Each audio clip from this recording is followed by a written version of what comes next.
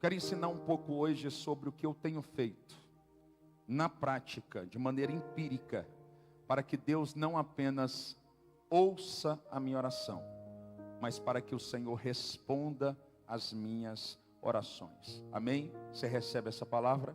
Então estenda a sua mão para cá e me abençoa, vai. Lucas 6,38 diz: dai e vos será dado. Quem não dá, não recebe. Libera algo agora sobre mim, você pode fazer isso? Que vai mudar a tua vida hoje, não é o timbre da minha voz. Se Deus decidir descer nessa casa na hora da palavra, a tua vida nunca mais vai ser a mesma. Se a glória de Deus inundar esta casa, a tua vida nunca mais vai ser a mesma. A Bíblia diz que na inauguração do templo de Salomão estava orando e a glória de Deus veio sobre a casa. Ai Deus, eu sinto a tua glória nessa manhã, nessa casa. Eu sinto a tua glória transbordando nesse lugar.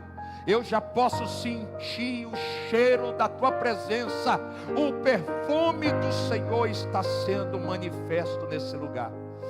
Fale aos nossos corações. Manifesta a tua Shekinah e marca as nossas vidas para sempre. Que ninguém saia deste lugar como entrou, mas que todos sejam tocados por dentro e por fora, em nome do Pai, do Filho e do Espírito Santo. Só quem acredita, diga comigo, glória a Deus. Escute, sem sombra de dúvida, Marcos, Talita, quando oramos, com certeza nós desejamos receber respostas da parte do Senhor. Obviamente que o nosso alvo, Carla e Fred, é receber respostas positivas, respostas afirmativas da parte do Eterno. Por mais que não entendamos, Deus sempre nos dará aquilo que precisamos, Israel, e não aquilo que queremos. Se observarmos bem Lucas capítulo 5, pastora Lorena, no versículo 3, nós temos ali o episódio em que Pedro está sendo testado por Jesus. Esse é o terceiro encontro entre Pedro e Jesus. Pedro está frustrado porque ele passou a noite toda tentando pescar e nada pegou. É interessante porque no encontro que acontece entre Pedro e Jesus, entre Jesus e Pedro, Pedro queria peixe, mas Jesus lhe deu 5 horas aproximadamente de ministração da palavra. E eu aprendo o primeiro princípio do reino aqui. Deus não nos dará aquilo que queremos, mas aquilo que precisamos. Diga comigo, amém. Não se trata daquilo que você quer, se trata daquilo que você precisa. Na ótica de Pedro, ele precisava de peixe. Na ótica de Jesus, ele precisava da palavra para não perder os peixes. Não tem a ver com aquilo que você quer, tem a ver com aquilo que você precisa. É interessante olhar um pouco sobre John Wesley, um grande avivalista do Reino Unido no século passado. Ele diz que a oração é o oxigênio da nossa alma. O texto que lemos de Mateus no capítulo 7, ele está inserido no Sermão do Monte, do episódio do Sermão do Monte, conhecido também como o Sermão da Montanha. De acordo com os cientistas cristãos, eles dizem que não existe fora da Bíblia e dentro da Bíblia um sermão considerado célebre como o Sermão do Monte. É considerado o maior e mais profundo sermão de todos os tempos. Nesse sermão ali, nós aprendemos princípios do reino de Deus. Que reino é esse, pastor? O reino de Lucas 17, 20 e 21, que foi plantado dentro de mim, Fernando, que foi plantado, Lohane, dentro de você. O reino que foi semeado dentro de nós, o reino de um rei, que está sendo agora estabelecido através da sua vida, que está sendo agora estabelecido através da minha vida. Aqui Jesus está tratando sobre princípios fundamentais da oração. É importante entender a existência de 3 verbos aqui expressos: o verbo pedir, o verbo buscar e o verbo bater. Esses verbos estão conjugados, de acordo com o grego, naquilo que é chamado de presente linear. Perceba que quando olhamos para este verbo, o grego nos apresenta o presente linear como um ato que não se encerra, mas um ato contínuo. Então a expressão aqui no original não é pedir, é pedindo. A expressão aqui no original não é buscar, é buscando. A expressão aqui no original não é bater, é batendo. Está falando de alguém que persevera naquilo que está fazendo diante do seu Senhor. Não é orar, é continuar orando. Não é bater, é continuar batendo. Não é buscar, é continuar buscando. Este é o propósito ensinado nesse texto por Jesus. É por isso que Paulo, o apóstolo da graça, escrevendo aos Colossenses no capítulo 4, no versículo 2, ele diz: perseverai na oração.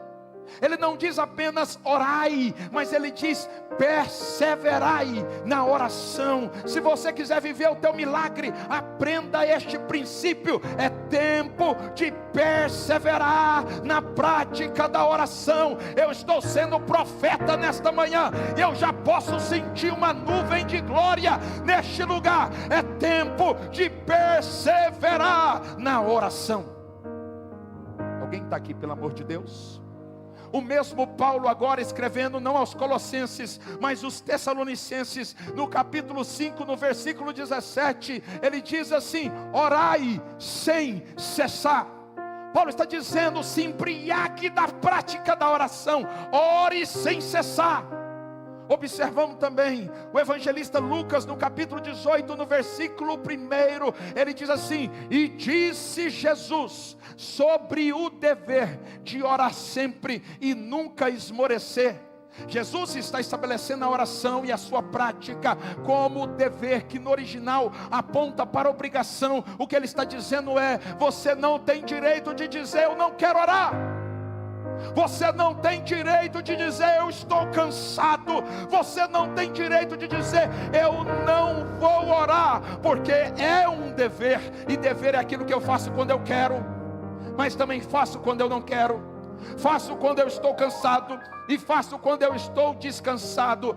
Faço quando tudo vai bem, mas também faço quando tudo vai mal. O que ele está dizendo é: você tem um dever como noiva. Você tem um dever como noiva. Você tem um dever como noiva. Você precisa aprender a orar. Quem está aqui, diga glória a Deus. Fala para quem está do seu lado: é tempo de estabelecer um altar de oração. É tempo de estabelecer um altar de oração. A demora na resposta, com certeza não é um castigo, como muitos religiosos ignorantes têm pregado por aí. A demora na resposta nem sempre faz parte, Samuel, do processo de correção do céu. A demora da resposta é apenas um método criado pelo Eterno para poder gerar em você paciência, a qual você não tem. Sem paciência você não vai viver aquilo que Deus te prometeu. Abraão precisou, não foi de 25 dias, tampouco de 25 meses de paciência. A Bíblia diz que Abraão precisou de 25 anos para se tornar o pai de uma grande multidão. Se você quer coisas grandes, aprenda a ter uma paciência grande. Aprenda também com Abraão. Em Romanos capítulo 4, no versículo 20, Paulo, apóstolo da graça, anos mais tarde, estudando a vida de Abraão, ele escreveu como Abraão conseguiu enfrentar 25 anos de paciência. E ele diz assim: e não duvidou por incredulidade, mas pela fé Abraão se fortaleceu, dizendo glória a Deus, glória a Deus, glória a Deus, glória a Deus. Eu não estou vendo nada diante dos meus olhos, mas eu carrego paciência dizendo glória a Deus. Nada mudou desde que o pastor liberou uma palavra profética, mas eu estou firme na oração dizendo glória a Deus. O cenário é o mesmo, mas a palavra está em movimento, e toda palavra que sair da boca do Senhor não volta, não volta, não volta, não volta vazia, mas um dia esta palavra irá se cumprir. Só quem acredita diga glória a Deus. É tempo de dar glória a Deus. Quem entendeu, é tempo de dar glória a Deus. Quem entendeu, é tempo de dar glória a Deus.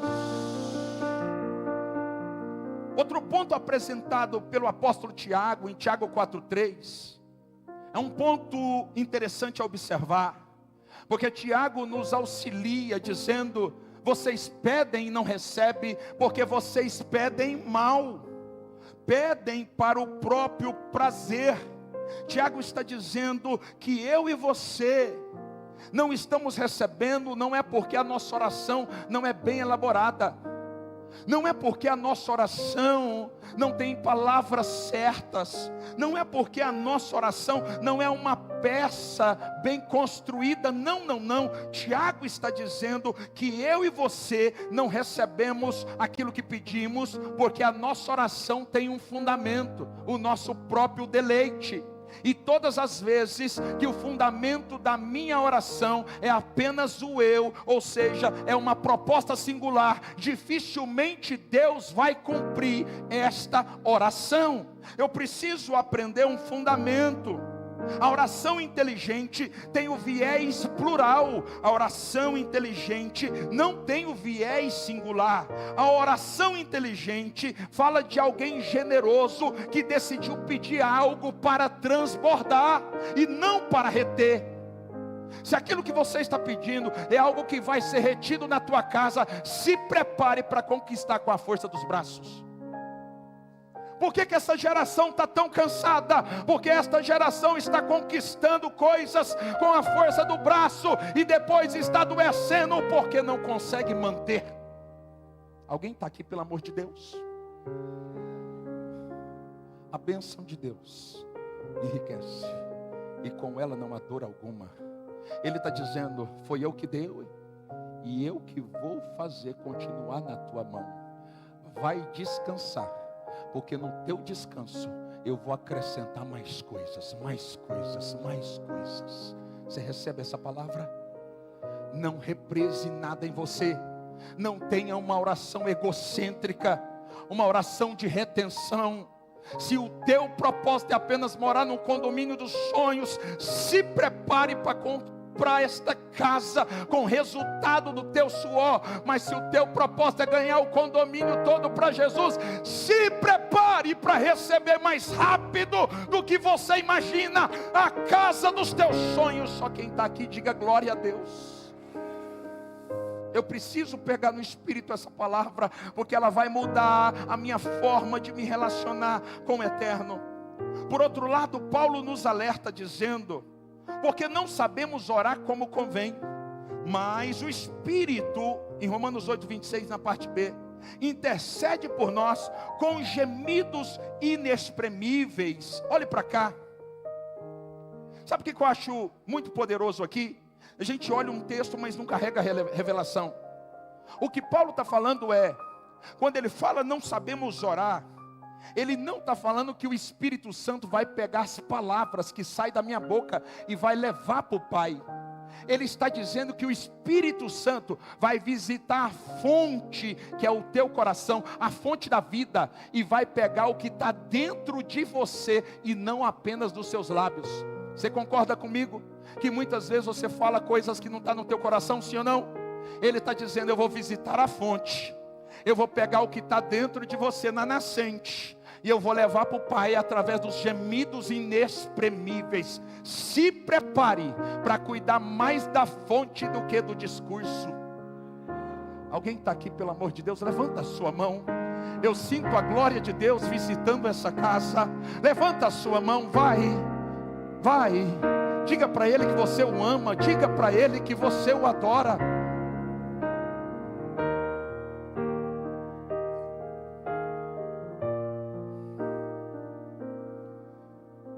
Diga comigo assim.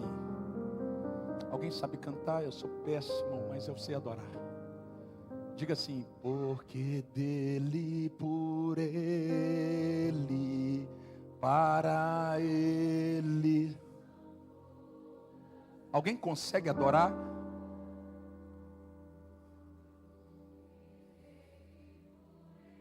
Eu sinto a glória inundar essa casa.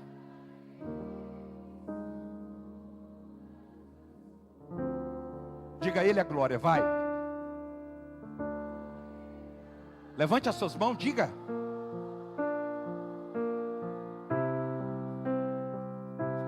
Eu sinto Deus visitando a tua casa nessa manhã.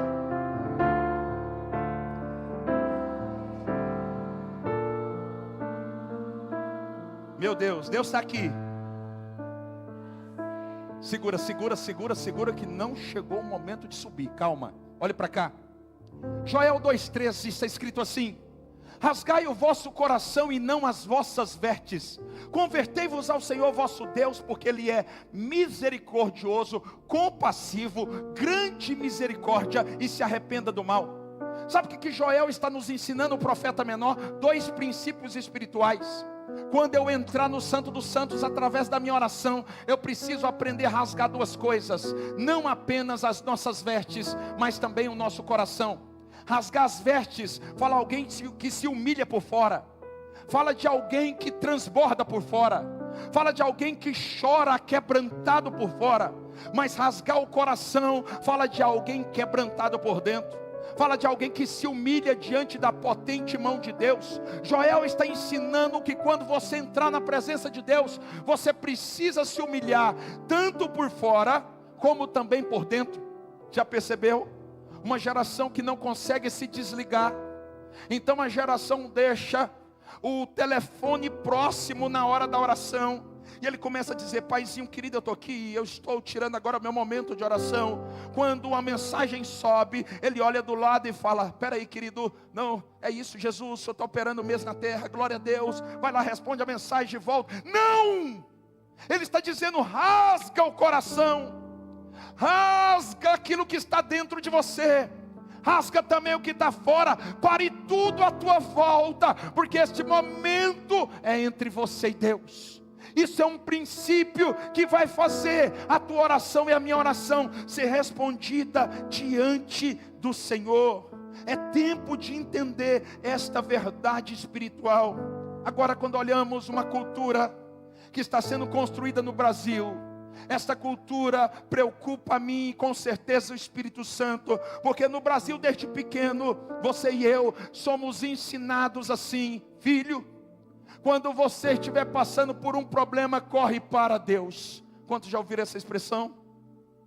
Quando você estiver passando por um problema, corre e se humilhe para Deus. Quando você estiver passando por uma tribulação, corre e se humilhe para Deus. Então nós estamos estabelecendo um fundamento. O fundamento é o problema. O que me conecta a Deus é o problema. Quando não há problema, eu não tenho necessidade de me conectar a Deus. Quando olhamos para a cultura judaica, que é uma cultura mais pura, no aspecto, nós percebemos que o que liga o judeu a Deus não é o problema nem a necessidade. O que liga o judeu a Deus é o relacionamento. Desde pequeno ele é ensinado pelos seus pais: filho, preste atenção, se relacione com Deus pela manhã, se relacione com Deus pela tarde, se relacione com Deus pela noite. A Bíblia diz que Davi, debaixo dessa cultura, ele meditava na presença de Deus de dia e de noite. Eu aprendo um princípio aqui: o que me conecta ao Pai não é o problema que eu estou me enfrentando. O que me conecta ao Pai é o relacionamento e a mesa que eu quero estabelecer com Ele. Eu quero comer com Ele, eu quero beber com Ele, eu quero a presença dEle. Não se conecte pelo problema, porque uma geração está se perdendo. Porque quando Deus libera o milagre, a primeira coisa que esta geração faz é parar de orar. Porque o fundamento não é o relacionamento, o fundamento é a solução daquilo que eu quero. Ou seja, o meu alvo não é me relacionar, o meu alvo é receber um milagre da parte do Criador. Eu quero falar sobre 4 princípios. 4 princípios que vão revolucionar a sua oração. 4 princípios que eu uso na minha vida. Princípios bíblicos que vão fazer o céu reconhecer a sua fala, que vão fazer respostas serem manifestas sobre a tua vida de verdade. Quantos querem orar e ver o céu liberar respostas?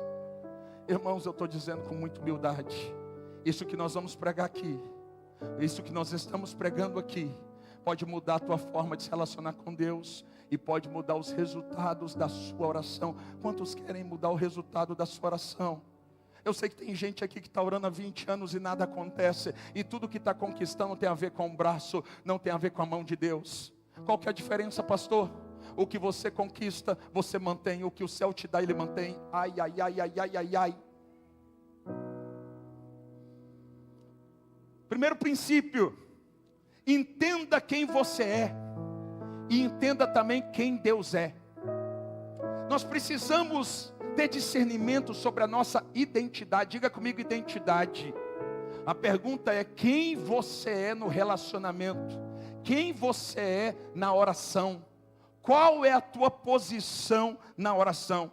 De acordo com Mateus no capítulo 6, no versículo 9 e 10, quando Jesus está diante dos discípulos, ele é questionado dizendo assim: Senhor, ensina-nos a orar. E nesta oração, chamada como uma oração modelo, teologicamente falando, ele nos ensina como devemos nos mover em oração, liberando princípios espirituais e não nos ensinando a repetir esta oração.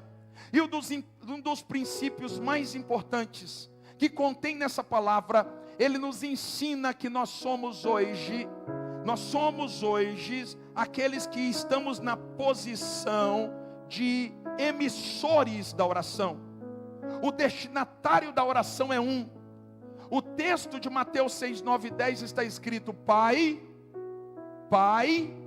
nosso que estás no céu.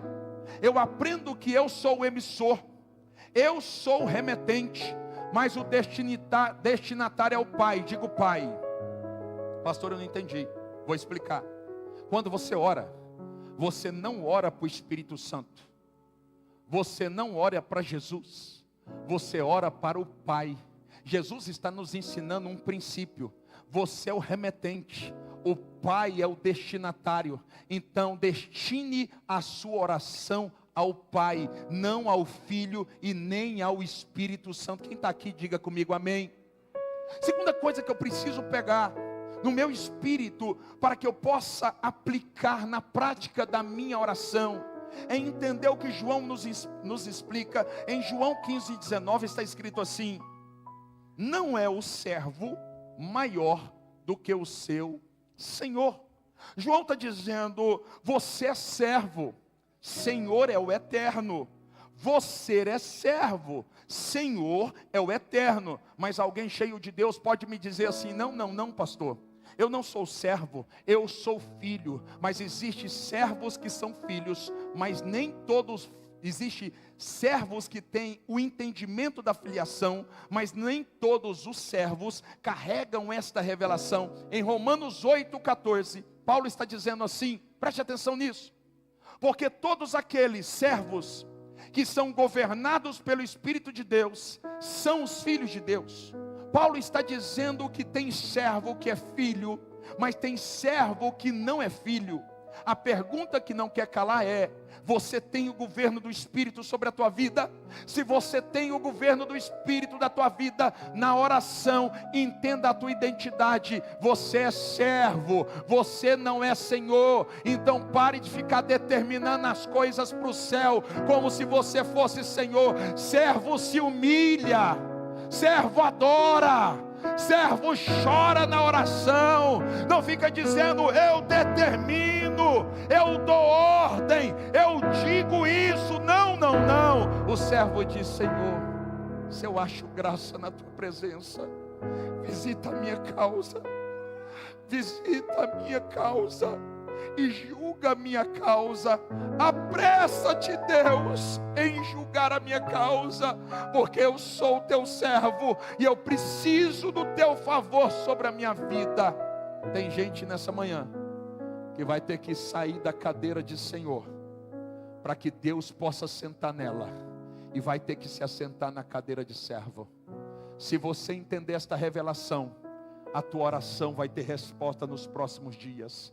Não é você que determina, você é quem profetiza. Eu profetizo, mas não determino. Eu declaro, mas não determino. Eu me submeto àquilo que o Senhor está fazendo nesses dias. Uma oração inteligente é uma oração tomada de submissão. Se você entender esta chave, isso vai mudar os seus próximos dias. Só quem está aqui, diga glória a Deus. É por isso que em Mateus capítulo 6, versículo 9 e 10, Jesus ele nos ensina, através da figura profética de Mateus evangelista, que nós devemos orar o Pai, usando o nome do Filho. Então a chave é destinar a nossa oração ao Pai, mas selar o nosso discurso dizendo em nome de. Segundo princípio que eu aprendo, diga comigo, o princípio, mais forte, o princípio do arrependimento. A consciência do arrependimento abre o caminho do acesso para Deus. De verdade aqui, quantos aqui olham para a tua realidade e parece que o céu está de bronze? Olhe para cá. Se a tua oração, dentro do prisma e da revelação que você carrega, desses dias não tem passado do teto da igreja ou do teto da tua casa, aprenda que o que abre acesso ao coração de Deus é o arrependimento. Pastor, o que é arrependimento? Arrepender é reconhecer o erro, dar a volta de 180 graus e mudar para sempre de direção. Eu preciso me arrepender, e não apenas me arrepender em oração, mas eu preciso mudar as minhas direções. Davi, embriagado desta revelação, no Salmo 32, no versículo 5, ele diz assim: confessei o meu pecado, e a minha maldade não encobri. Olhe para cá. Tem gente que conta tudo para outra pessoa, que não pode mudar a sua história, mas na oração não se arrepende, contando tudo para Deus. Eu desejei o que não deveria, eu olhei o que não deveria, eu fiz o que não deveria, por isso eu rasgo o meu coração na tua presença e peço perdão. Essa é uma chave que vai te fazer acessar o coração de Deus. Você precisa entender essa palavra. O segundo momento da oração deve ser fundamentado em alguém que reconhece que é pecador, em alguém que reconhece que é frágil, em alguém que reconhece que a sua natureza precisa receber o mergulho da graça. Quando eu aprendo isso, eu aprendo também que lágrimas não é sinal de arrependimento. Muitas vezes as lágrimas de alguém pode ser a identificação de alguém que está tomado de remorso. O fato de você chorar em todos os seus momentos de oração não significa que você se arrependeu. Por isso, pare para pensar se a tua oração tem a ver com arrependimento ou se a tua oração tem a ver com remorso. Quando eu olho para Isaías, olho para cá, no capítulo 6, eu vejo a experiência de Isaías mexer comigo. Porque Isaías, diz a Bíblia, que ele está diante do Senhor. Diga comigo, diante do Senhor. E ele diz assim, que ele vê anjos e também vê as costas do Eterno. E quando ele olha para Deus, ele cai no chão e começa a falar com Deus, que aponta para a oração. E a primeira coisa que ele faz é nos ensinar empiricamente que para abrir acesso com o céu, eu preciso me arrepender. Ele olha para Deus, prostrado e dizendo em seu clamor, ele diz: ai de mim, porque eu sou homem de lábios impuros, e habito no meio de homens de impuro lábio. O que ele está dizendo é: Senhor, eu reconheço o meu pecado, e me arrependo diante de Ti. No mesmo momento em que Isaías se arrepende, a Bíblia diz que um anjo pega uma tenaz, que é a representação de uma grande pinça, vai até o altar, pega uma brasa de fogo, se move até Isaías e coloca a brasa nos seus lábios, e o seu pecado, a partir daquele momento, ele é perdoado. Eu aprendo um outro princípio: Deus não vai tocar em áreas que eu não reconheço que eu preciso de salvação. Na hora de orar, se arrependa, mas também reconheça as suas fragilidades, para que Deus possa te curar. Há pessoas que entram na presença de Deus com arrogância. Há pessoas que entram na presença de Deus com altivez. Se você é alguém que não tem entendido essa chave do reino, você precisa carregar esta revelação. Em Lucas 18:11 está escrito que um fariseu, estando de pé, ele orava assim. E eu sei que aqui não tem ninguém que ora assim. Ele dizia assim: ó Deus, graças eu te dou, porque não sou como esses homens, ladrões, injustos, adúlteros, nem sou como aquele publicano. Eu sou alguém que jejuo 2 vezes na semana e dou o dízimo de tudo quanto possuo. Este homem está na presença de Deus, mas ele não entendeu o princípio da humilhação. A Bíblia diz: humilhai-vos diante da potente mão de Deus. Deixa eu abrir um parênteses aqui. Não tem texto na Bíblia dizendo que você deve se humilhar diante do homem. Pastor, eu sou humilde demais, é? Quem disse que humildade é pensar menos de si, menos de você? Humildade é pensar menos em você. Tem muita gente que acha que é humilde, mas é bobo. Alguém está aqui, pelo amor de Deus? Humilhai-vos diante da potente mão de... Quando você entrar no secreto, você precisa se humilhar, colocar para fora tudo aquilo que não deveria ter entrado dentro de você, para que Ele possa te curar. Não é diante dos homens, não é na internet, cuspindo ali as suas dores, colocando para fora as suas limitações, envergonhando a tua casa, envergonhando o teu relacionamento com o Eterno. Diante de Deus, rasgue o teu coração. Diante de Deus, coloque para fora as suas mazelas, mas não fora da presença do Senhor. Quem está aqui, diga glória a Deus. Isaías, quando olha para um homem como esse, dizendo: eu jejuo toda semana, eu dou o dízimo de tudo que tem. Ele olha para ele e ele diz assim: este homem não entendeu um dos maiores princípios do reino. E ele diz assim: ele não passa de trapo de imundícia. Alguém sabe o porquê que Isaías disse isso? Naquele tempo, o trapo de imundícia era porque não existia absorvente. E por causa disso, quando a mulher estava vivendo o seu fluxo, ela cortava um pedaço de pano e ela usava como absorvente. Quando terminava o momento de fluxo, ela jogava fora aquele trapo, que era chamado de trapo de imundícia. Isaías está falando que quem entra na presença de Deus e não se humilha diante dele, e não reconhece os seus pecados, e não se arrepende daquilo que fez, e não coloca para fora as suas mazelas, é como trapo de imundícia, que não serve para nada, a não ser para ser pisado pelos homens. Se eu quero receber o resultado das minhas petições, eu preciso me humilhar diante de Deus, e eu preciso entender esta revelação. Então, o segundo princípio para termos a nossa oração respondida é o arrependimento. Olha para quem está do seu lado e diga para ele profeticamente: é tempo de se arrepender. Fala, é tempo de se arrepender. Fala para ele assim: ainda dá tempo, o culto não acabou. Terceiro, eu quero ir até aqui. Seja perseverante na sua demanda. Escute, seja perseverante na sua demanda.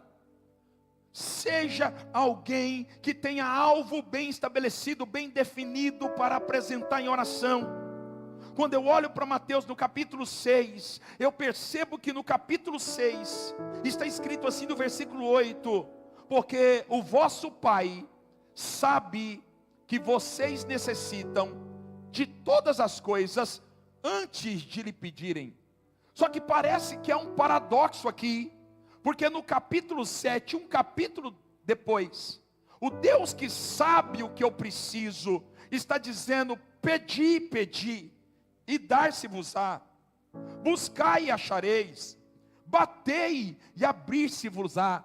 Eu aprendo um princípio aqui: Deus sabe o que eu preciso, mas Ele quer ouvir, porque o momento que eu estou falando, eu estou me relacionando com Ele, e o fundamento do nosso movimento entre a terra e o céu é chamado no céu de relacionamento.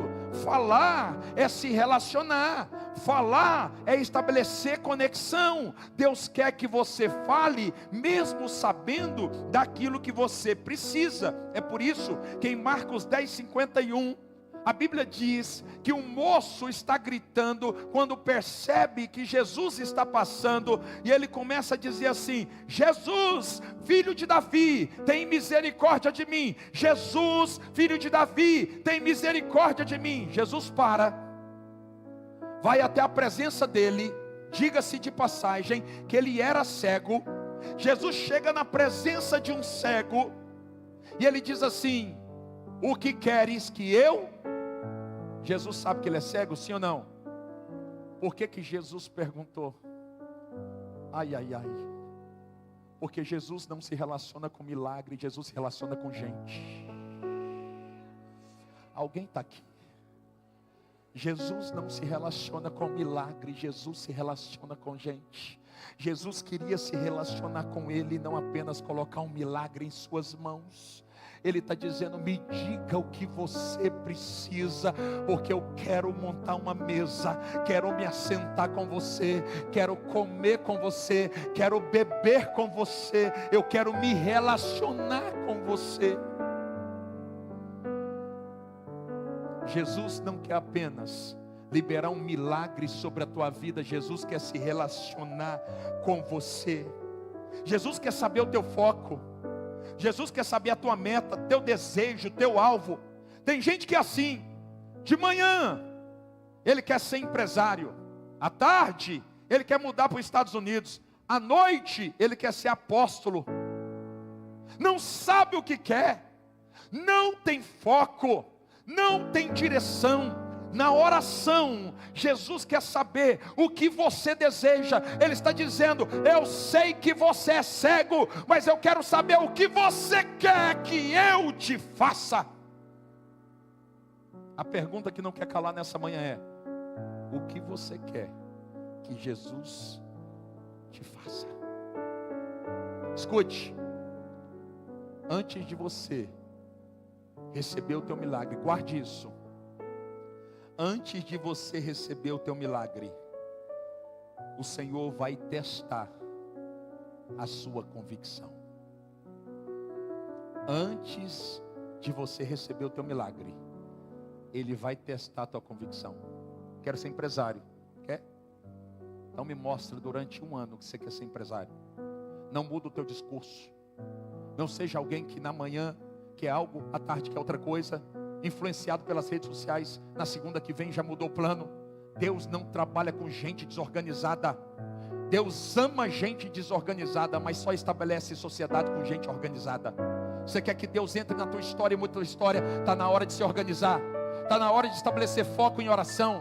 Está na hora de ter convicções claras. Senhor, eu quero ir para cá. Senhor, eu quero ir para cá. Senhor, eu quero ir para cá. Senhor, eu quero ir para cá. Na segunda para cá, na terça para cá, na quarta para cá. Ano que vem eu estou indo para a mesma direção, porque eu tenho uma convicção. Eu quero viver o meu milagre. Eu não vou mudar o meu discurso. Eu acredito na palavra de Deus, e eu vou ter convicção, e vou apresentar a minha convicção em oração. Só quem está aqui diga glória a Deus. Aprenda um princípio: na consciência ora, no desespero chore.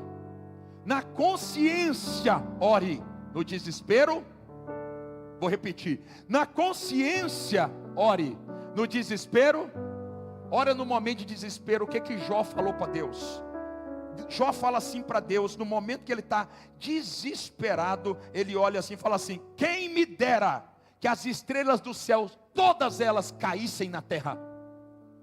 Sabe o que está dizendo? Deus, o meu problema é grande, mas eu quero que só aumente ele 100 vezes. Por isso que no momento do desespero, quando você entrar em oração, fique caladinho chorando.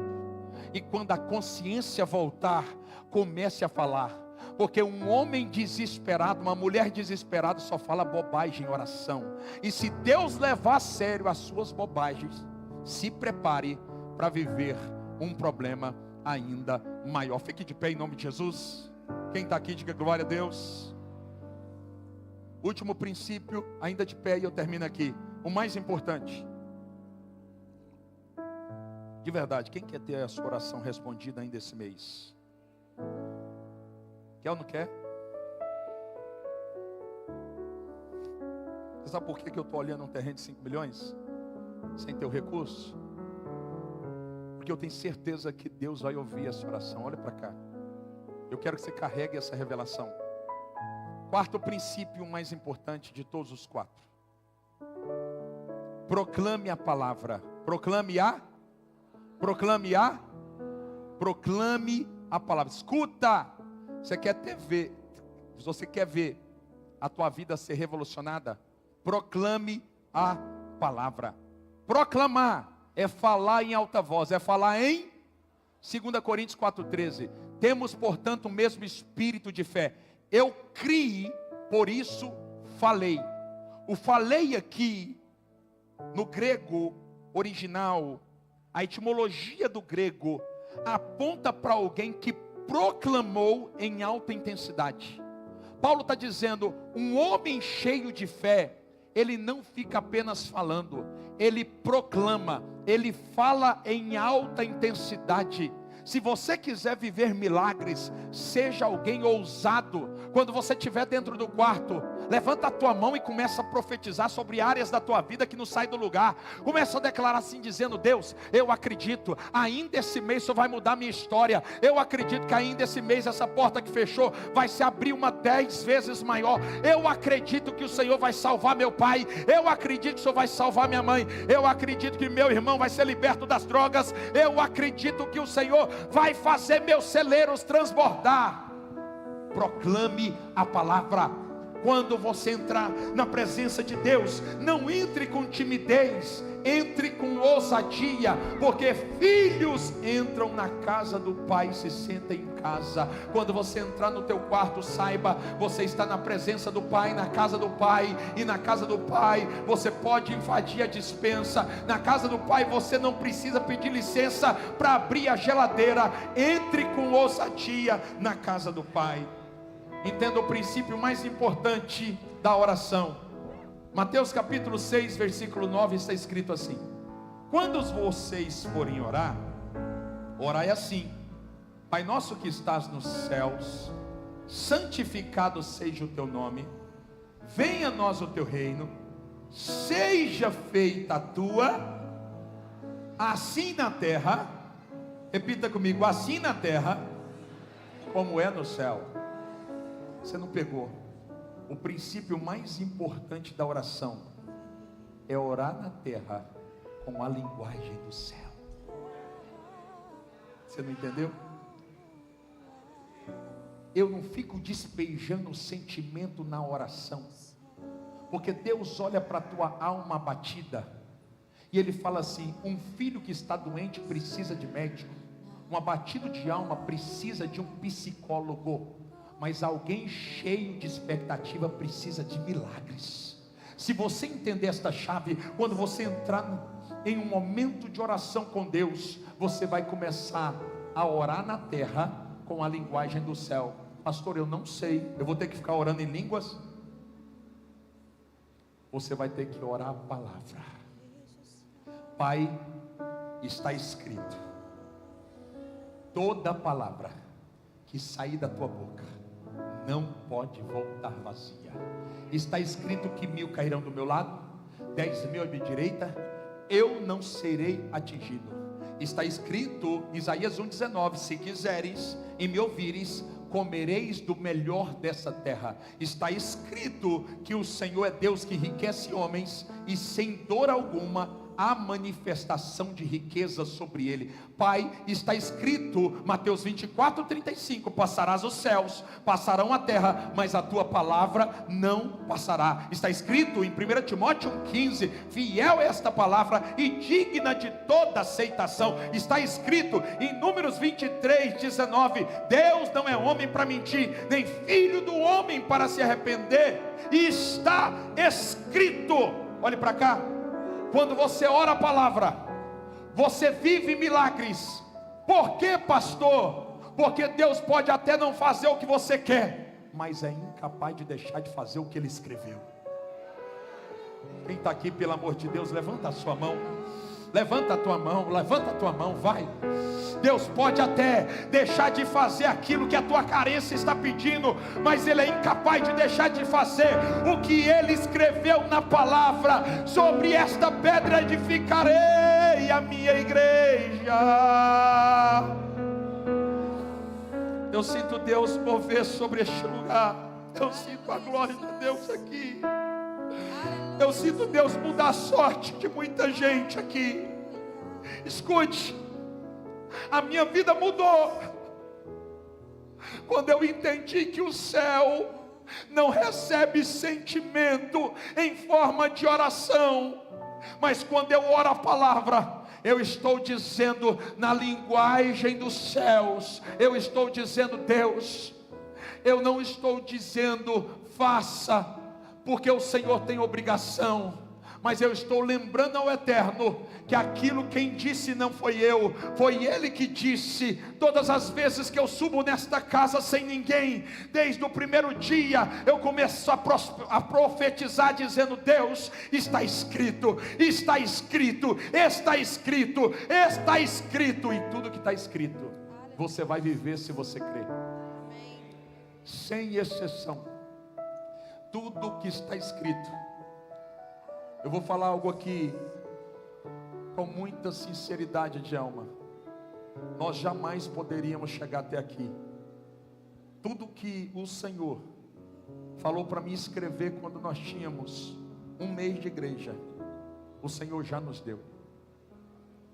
Eu não escrevi que eu queria um terreno, não escrevi que eu queria uma sede própria.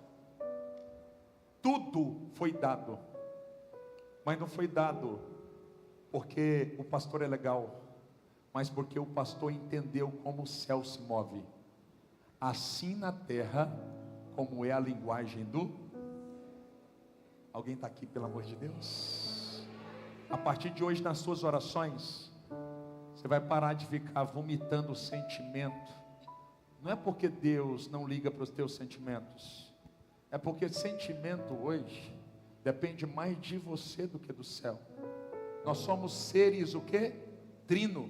A tricotomia com a matéria da teologia diz que você é alguém que é composto de 3 partes: corpo, alma e... O corpo vai cuidar, procura médico, atividade física, vai para cima. A alma, você precisa escolher bem os amigos, escolher bem os ambientes, você precisa tomar cuidado com os conteúdos que você assiste, você precisa procurar às vezes um psicólogo. Agora o espírito, você se alimenta através de 3 coisas: da palavra, da oração e do jejum. Se você quiser viver milagre nesses dias, ore a palavra debaixo destes princípios. Você está aqui, pelo amor de Deus? Você está aqui, pelo amor de Deus? Então levanta a tua mão direita, por favor. Você vai declarar comigo para a gente poder finalizar esse culto em alta intensidade. Diga comigo: Senhor Jesus. Não, com voz de profeta. Diga: Senhor Jesus, nesta manhã nós aprendemos como os céus se move, e a partir de hoje nós iremos nos arrepender de tudo aquilo que fizemos, e no momento da oração rasgaremos o nosso coração. Nós também entendemos que somos servos e que o lugar de Senhor pertence a Ti. Nós iremos perseverar teremos foco, objetivo, porque cremos que o Senhor é Deus que trabalha para os perseverantes.